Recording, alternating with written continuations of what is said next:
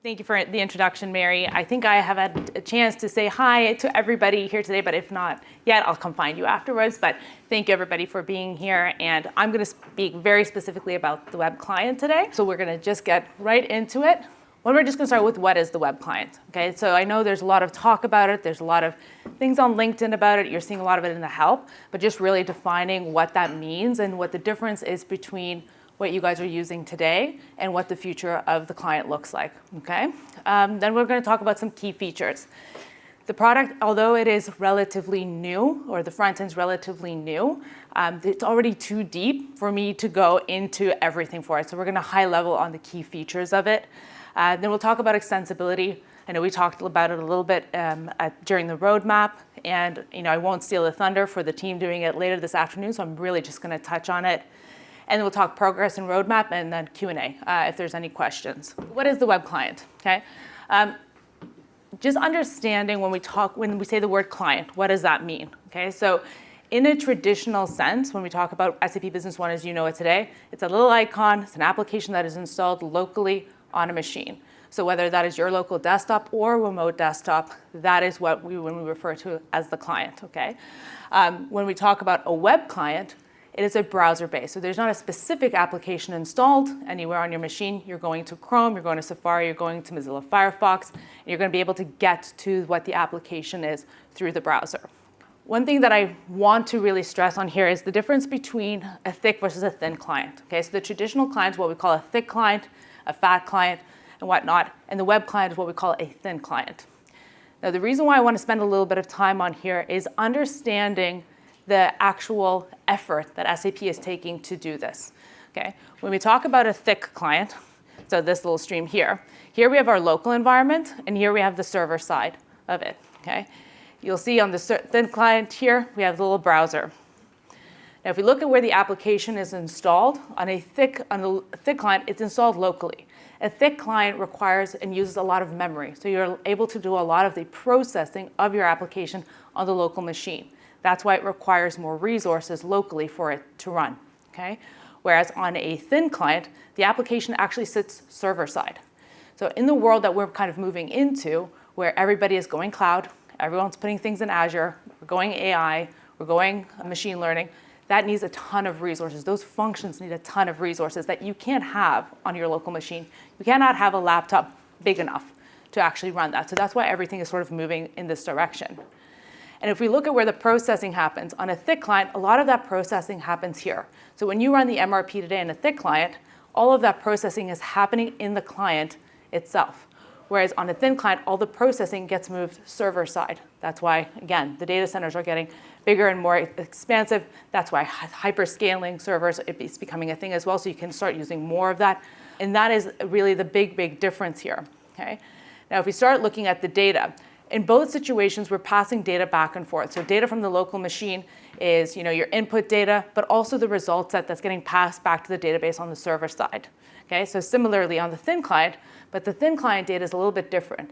It's taking input data, so you're entering all your sales order information, and it's passing it back here for all the processing in the application to happen on the server side. Now, what's more important here is the result set. So a lot of the results are getting in the thick client are getting actually created on the local side. Okay, that's why we get a lot of the processing, and it's providing the results back to the server side where it's actually staying. Whereas on the thin client, the data gets pushed from here to here, the additional data gets used, processed here, results get all driven here, and then gets pushed back. And so the web client is more of just a presentation layer. So you're seeing a lot of the information. It's very lightweight. Okay, that's why you can open it on a mobile application. It's why you can open it on any other device. Okay. Now, I think it's very important to understand where we are going to see where we're coming from. A lot of you in the room will not even recognize this. Okay, there's some few veterans in the room. I think, Camilla, you may recognize what this looks like, But this was the initial version of SAP Business One. Okay, this was 2007 to 8.8. This is what it looked like when we started. Okay, then became the evolution to the from 8.8 patch level 12.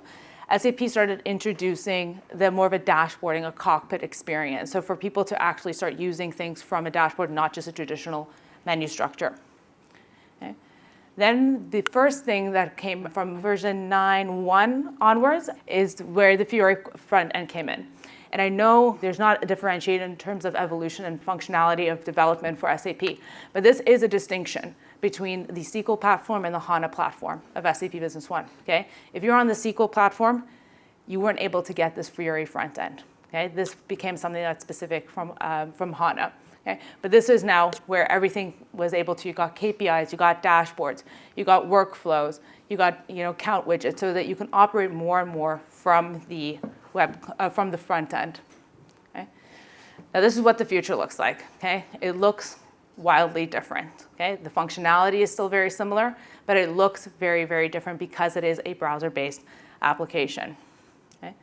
Now I'll just touch on some of the key features as I mentioned. I can't go through them all, so bear with me and you can find me to ask questions and we can set up a session, we can talk about them all at a later date as well. But just a few prerequisites here. You have to be on SAP version 10 feature pack 2105 or higher. For some of the people in the room who have also been on SAP for a long time, we had versions and patch levels and so on and so forth. That terminology is now changing, okay? Where you traditionally had a version number and a patch level that fixed a problem that they found in the version until you got new functionality in the next version. That has completely changed because the speed of technology and the speed of development has improved so dramatically. They've changed it to feature packs. So now a feature pack is not just a bug fix, but it's also functional rollout. So you're going to see in version 10, if you were to look at 2105 to the latest version, which is 2408, I believe. Yeah, okay. I got a head nod from the technical guys, so that's all right. You'll see there's a vast amount of functionality that was brought into the web client as well, okay? It is working for the SQL or HANA platform, but again, I'm going to say the analytical side on the HANA version is much more robust, okay? Because SAP has all these calculation views that they've built in that become accessible to the web client that don't exist in the SQL world. And last, just disclosure, the browser that are approved are Chrome, Safari, and Firefox, okay? It'll work on there, but if there's any issues while you're doing something and you have to log a ticket with SAP, the first thing they're going to say is, did you do it on one of these? And if the answer is no, they'll send you back. So just for safekeeping, we'll just stick on these. Okay? The first really key feature is that it's a responsive client. Okay? So it was built in a way so that when you go from one device to the next, it's going to be the same end destination they go to, but it's going to respond to the landscape that you're on, the amount of real estate you have. So here you're going to see this is my home screen on a laptop, but this is what my home screen looks like on a mobile. This is what dashboards look on a web page. This is what a list view looks like on a tablet. And the most notable difference between SAP, the client that we know today, and this one is that it's tile and application based. Okay, so there are going to be tiles all throughout this. So every list of information or every application, like creating a sales order, is a tile, okay? And we'll see what that looks like in a little bit more detail when we go through some of the demonstrations. But tiles will have two different sort of applications. One will be the application to create something, or will be something called a list view. So we're all very familiar with the open items list. We all know that one, but it has its limitations and its restrictions, okay? Those restrictions essentially get lifted and eliminated in this view, okay? And it applies to all of the transactions. So just accessing the web client. Now, if you have the URL, of course, you can just go to it. But for everyone who's not familiar with this today, is when you log into SAP, you're going to have a little web client icon there in the menu, and you're going to have a web client icon there at the top. Okay, so two ways that you can launch the web client directly from here. Now, you do have to have that component installed. If you don't have it installed, just let us know. We'll get it installed for you guys. But that is your first way of being able to access it. So I'm just going to touch a little bit on how we operate around it because it is very different than the way that we navigate through B1 today. Okay, so our navigation here is we have our main menu still. This menu structure still stands. But what you're going to see at the top here are groups, okay? They also go with the modules, but you can actually create your own groups. So think about role-based groups, right? So if you have CSRs and you want all CSRs to have items, business partners, quotes, and so forth, maybe purchase orders as well. They're cross-functional. You can create a group and put all of those tiles and functions together so that people aren't having to go through multiple modules. Whereas in SAP today, when we look at our workflows, it's all the sales ones and all the purchasing ones. We don't cross-reference those, so it gives us a nice view on that. When we look at the My Home or the home page in general, I just hit the bar there. Here we're going to have our My Home section, okay? This is kind of like our common functions. Okay, so that little bar that we have today, this is now where you're going to go put all of those icons in there. And of course, you can go and edit your home page. Okay, when you go and edit the home page, you have the ability to delete a tile, add a tile, and we'll go into the app finder. That is the new place and name for where these things live. We can add a group. So as I mentioned, for example, I created a little CSR group there. I've added the tiles that are specific for that particular role. And I can go as far as hiding and deleting it too. So if you have somebody that is very specific, we talked about having timesheeting. We can go hide everything else except for the timesheet application there for those particular users. So if they're just using one function, you want to keep it nice, clean, and simple, you can do that, okay? You can also drive that down to your authorizations. Now this is what the app finder is, kind of like the catalog, the library, where we go and see, okay, what are all the things that are available to us. It is grouped by module on the left-hand side, and here you're just going to pin it. So if you're already using the Fiori front end, the Fiori dashboards of SAP, you're kind of already familiar with this function: KPIs, dashboards, adding and removing them from the web page. Okay, and just know we're going to get into the difference between views and apps. Okay, when we talk about a view, this is a list view. So you'll see, for example, my sales quotation here has 24 on there. Okay? Whereas I have an application that says create sales quotes. If I open up my sales quotations, it's going to give me a list of all of those quotations. Okay? If I click on create sales quotes, it's going to open up the object for me to start creating my sales quote on there. Okay? List views can take many forms. Okay? So they can be in the form of transactions, okay? Or they can be in master data. So they can be items, business partners, bills of materials, resources, you name it. You can see those in the list as well. Now, if I click on my sales orders, here I'm going to see my sales order list, okay? But this is where things get kind of interesting. And when we talked, I know Amin really focused very much on the analytical perspective, okay? The way we look at data today, we are absolutely inundated with data, but it's looking at things in a way that makes sense for us. You can take these lists and immediately make them graphic, okay? So you don't have to dump this out into something, go create a query, go do something with it. It's already there, it's built in. So this little function here, at the top, on any list view, you can click that and you can change it into a graphic. Okay? What's more impressive about it is you can create something called a card. Okay? So from the same set of data, different lenses that you look at that data. So here, for example, we have backlog. Okay? So for my backlog, I want to see what are my top 10 items that are on backlog. I want to see what the value of them are. Which salesperson is the most responsible for creating backlog? So we can go talk to them about that. Let's get into more detail. Now, this is just a video to show you on how we get there, so you can also get an idea of usability. So I'm going to click into my sales orders, and here I can now see, here is all my sales orders that I have in the system, the 276 that I have there. The filters, it becomes an important part too, because as I mentioned, the open items, as we all know, it only works for fields that are on the header, and they're limited fields. We can't use all of them. In this view, we can see all of the fields available not only on the header, but also on the line level. Okay, so now I can go ahead and change my filter, change it from open to closed, and save this. So maybe I want to see all my closed sales orders for whatever reason I want to do that. I can go and save this view, and I can save it privately for just myself, or I can save it publicly so I can push it to everybody else so everyone else can see this view as well. So I'm going to save my closed orders. Okay. Now this is where if we see all of our different views, here I'm going to just select my back orders view. And now we're going to see, we're looking at now on the item level. Still the same underlying data source, but we're seeing now on the item level. We can see our open quantities, the quantity actually ordered, and how much is actually in the warehouse. Again, here we can add our form settings, same thing. We can go and add more form settings, I say that, we use that so ubiquitously. But this is like the form settings now in the web client. And I can go and add my field. So here's a contact person. So maybe if something's on back order, now I at least know who do I got to call about letting them know this item is on back order. Okay?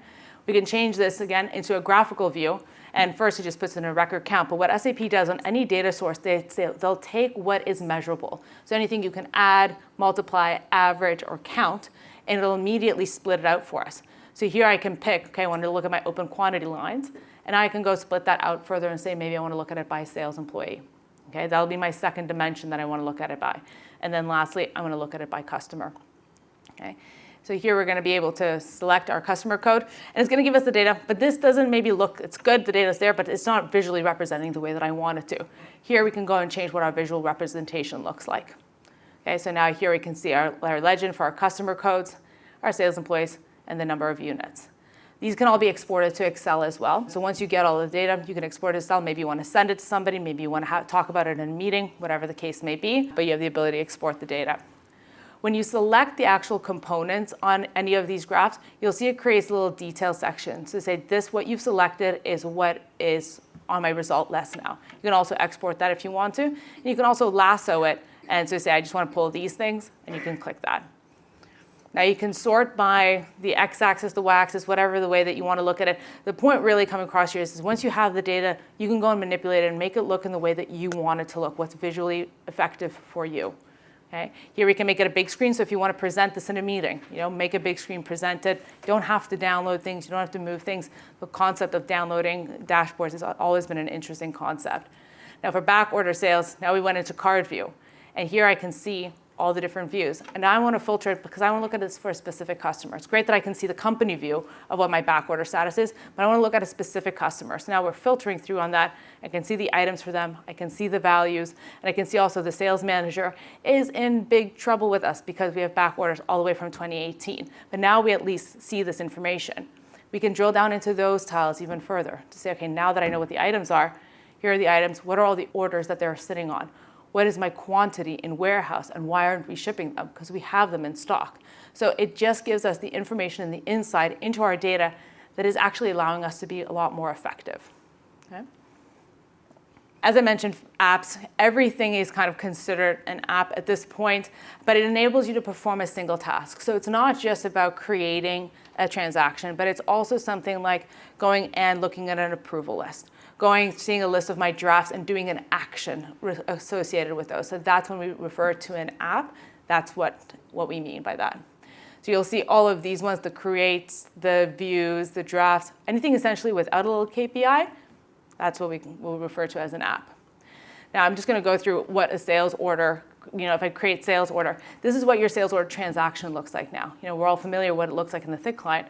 But now we can see this here. We can select our business partner. Again, we have all the filtering capabilities. This is what our choose from list looks like now.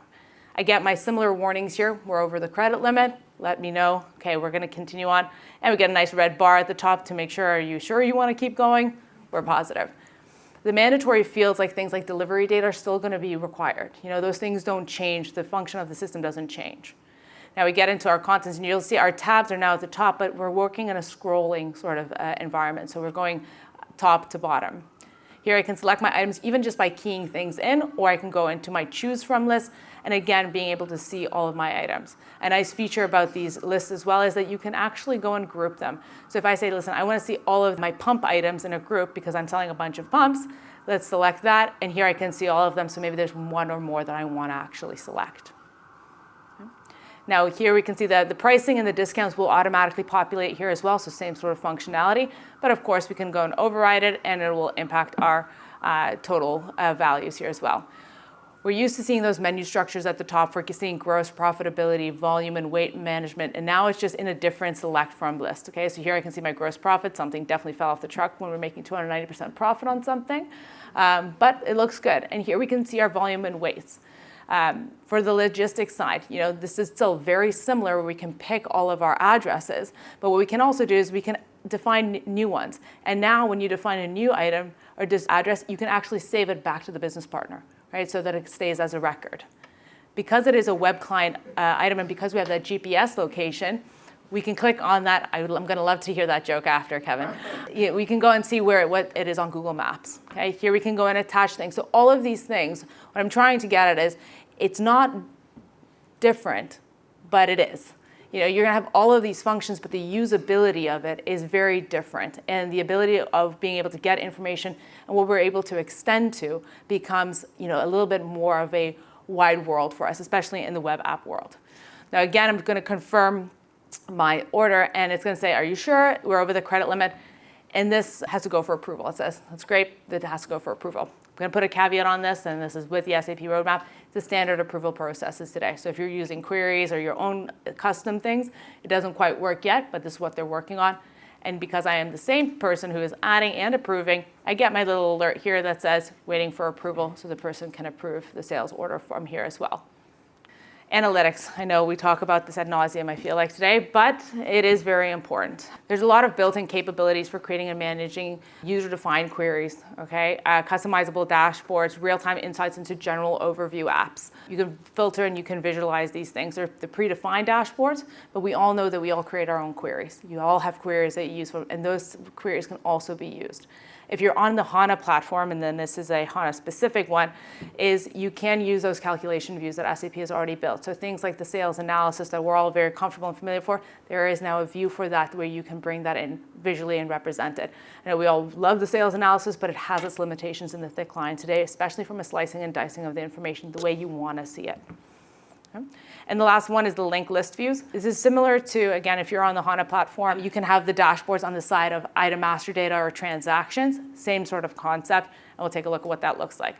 The analytics menu has its own complete menu now, okay? So you can see all of the things like our sales analysis at the top here, but this is where you can see our inventory transactions, our vendor balances charts, getting our AR and AP, the general overview. This is actually, we're going to show this in a second, but this shows you information. It's kind of like a finger on the pulse of the business.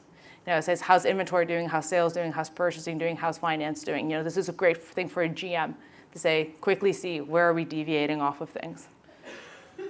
And so the predefined analytics, so here we'll see, for example, this is the general overview.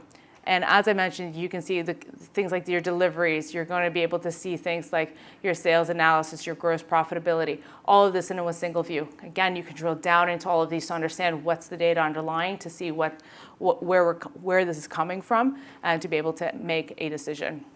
Okay. The HANA data sources, as I mentioned, the sales analysis. So we all know what the sales analysis looks like today.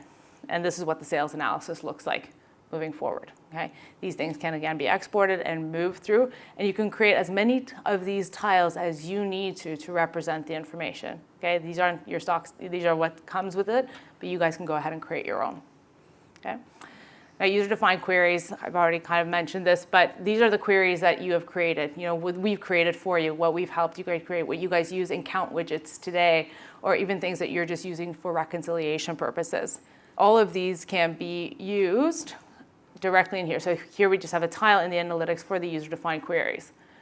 And when we go into that, we're going to see essentially what you see as the query manager today. When you go to the top, you're going to see all of the categories that you have. And I'm going to click on just my general tab, and I'm going to pick a query called TTM. Okay, it's something that I have created. I want to now go and visually put this out. Here I can see the actual query structure from it. And what you'll notice for the developers and more technical people in the room, it is structured. Okay, so it's not just that block of text anymore that's just hard to read. It actually is properly structured with line levels and so forth.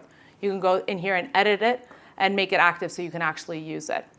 Now what's important is here is what is in the select statement comes out here. So this is actually the columns of information it's going to present.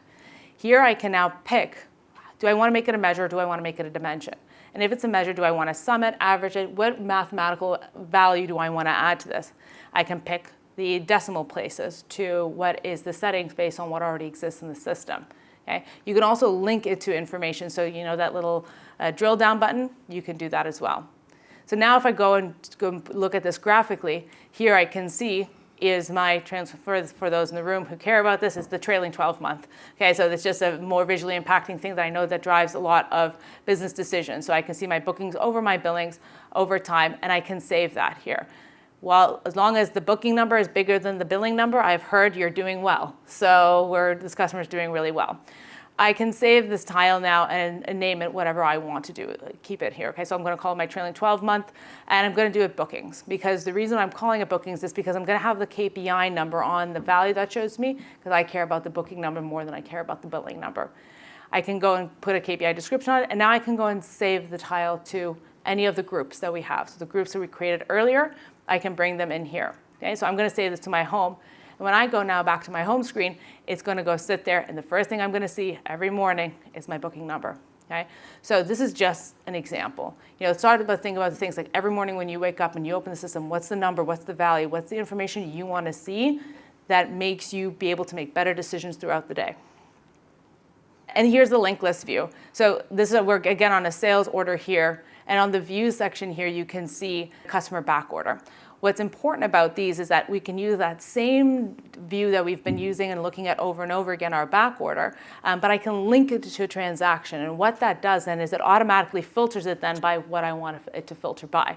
So I've chosen for it to filter by my customer code.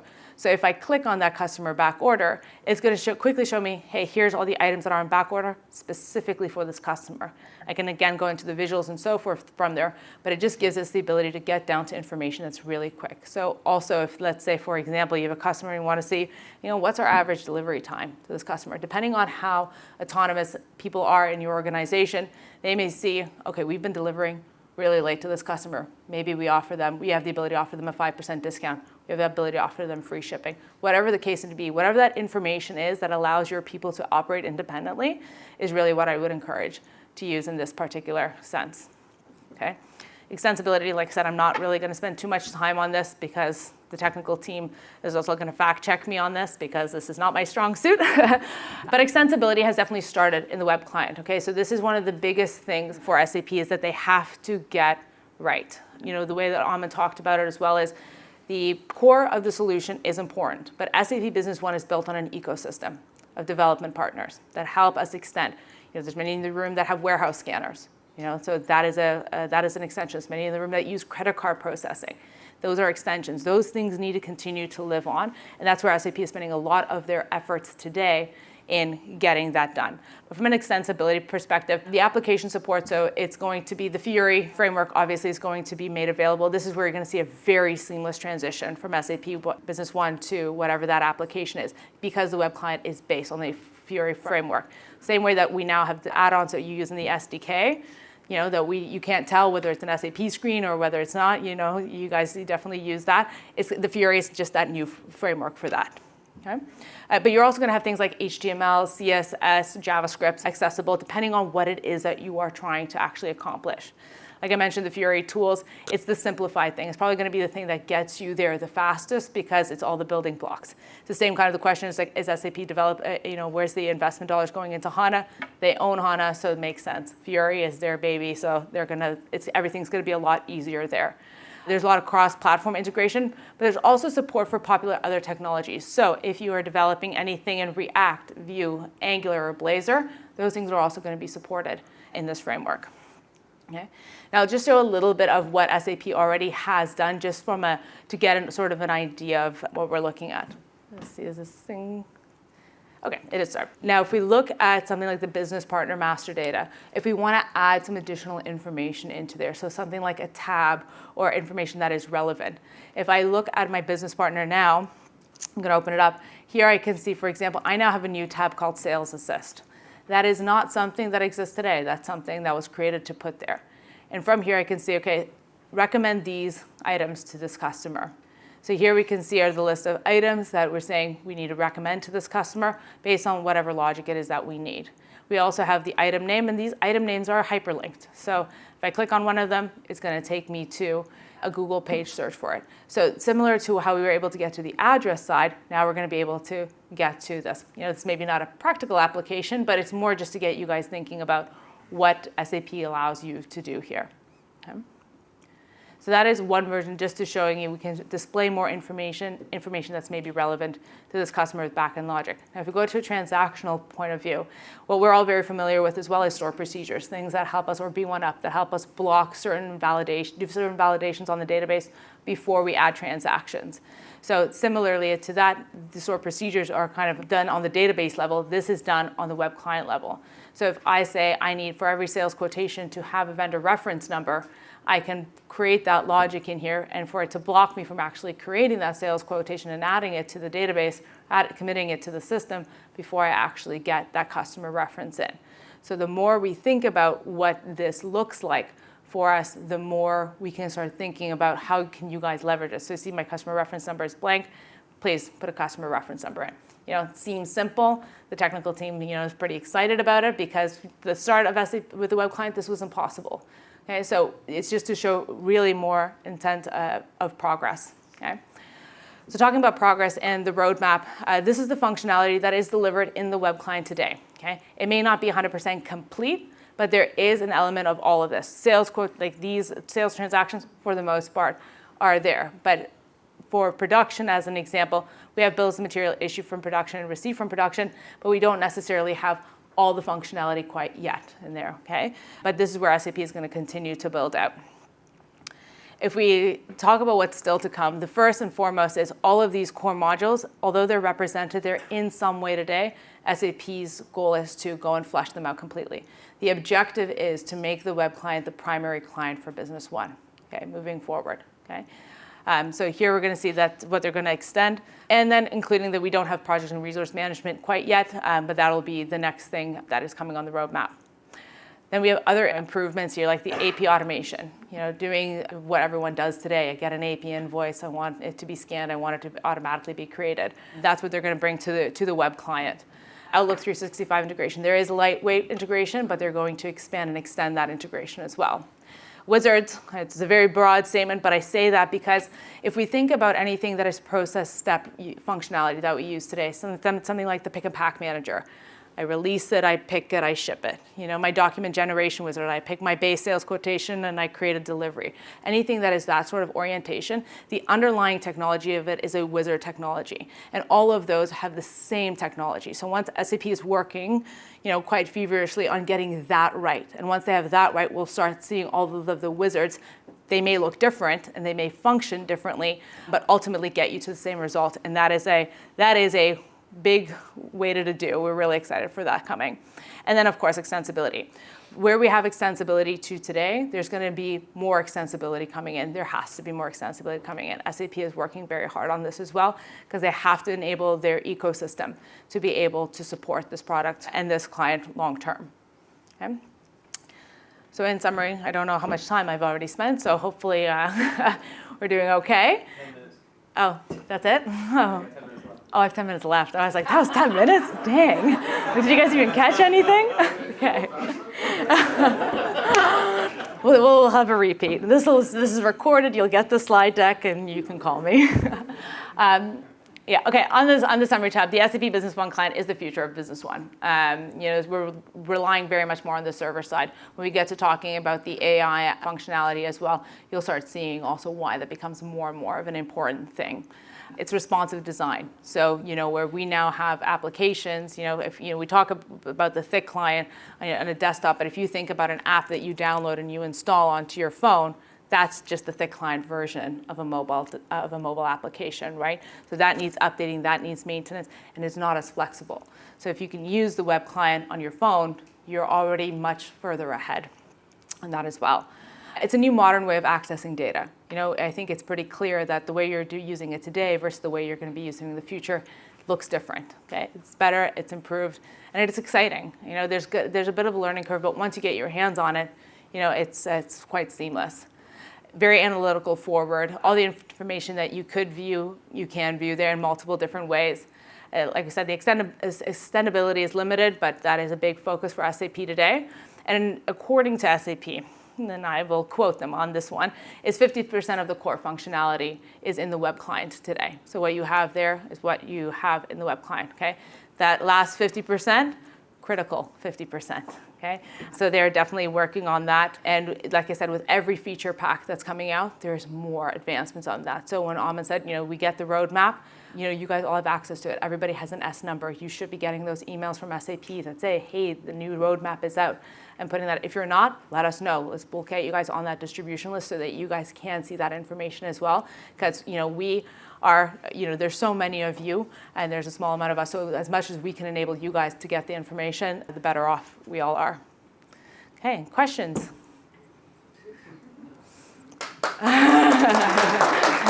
Was that too much? A bit of a marathon? Was it a marathon or a sprint? Everyone's tired. Wanted to get to lunch. Okay. Any questions? Yes, come on. Do you have to pay for the web client? Good question. No. It comes as part of the front end. That's why it's just another component piece of it. Where you will see is definitely the resourcing, where you have to have more of a server-side server while we're in this dual world. Okay. One thing that I wanted to add to that, and that just reminded me of it, is SAP is getting a lot of criticism for their old outdated view of what it looks like and the speed that it's taking them to get to this web client. But I think what's important to understand is SAP has been in this game a lot longer than many of the competitors, okay?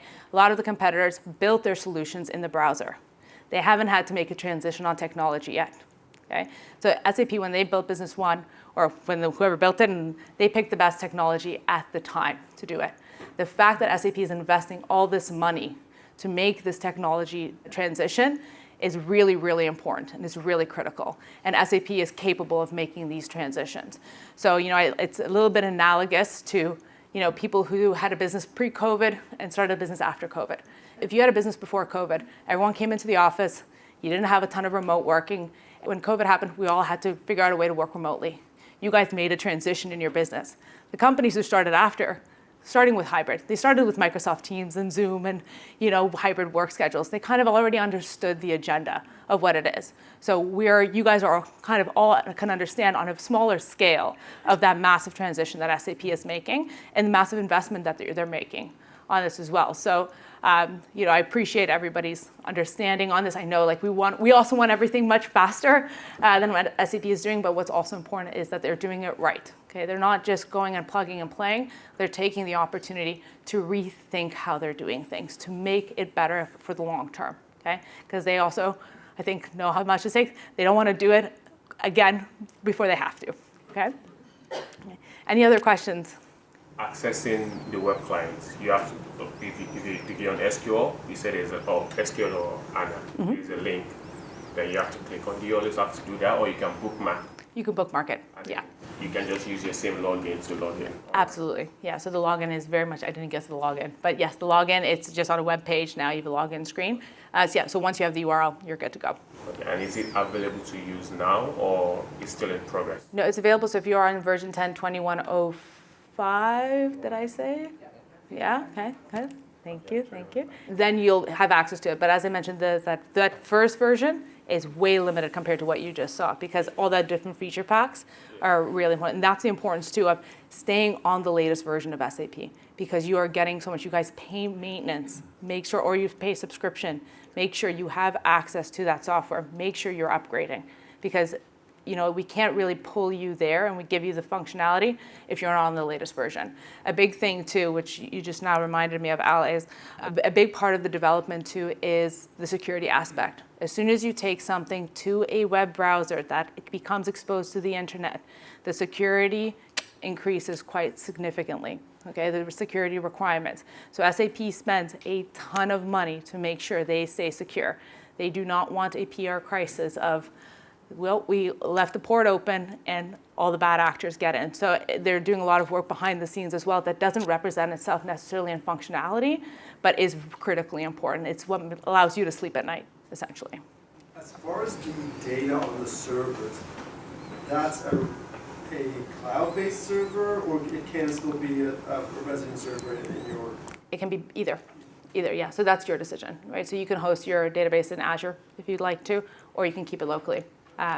If you want to figure out exactly how to do that, these technical guys, they'll tell you all the details. I just know it's possible.